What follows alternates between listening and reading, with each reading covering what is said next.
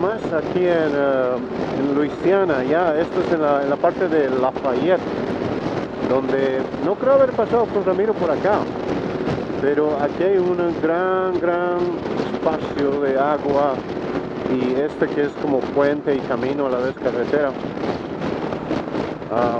Islotes por aquí, más agua por allá, se ve botes, lanchas, quadratracks, todo eso en esta parte. Me recuerda mucho al Amazonas y también me imagino que algo así debe ser en Florida, donde hay mucho alligator.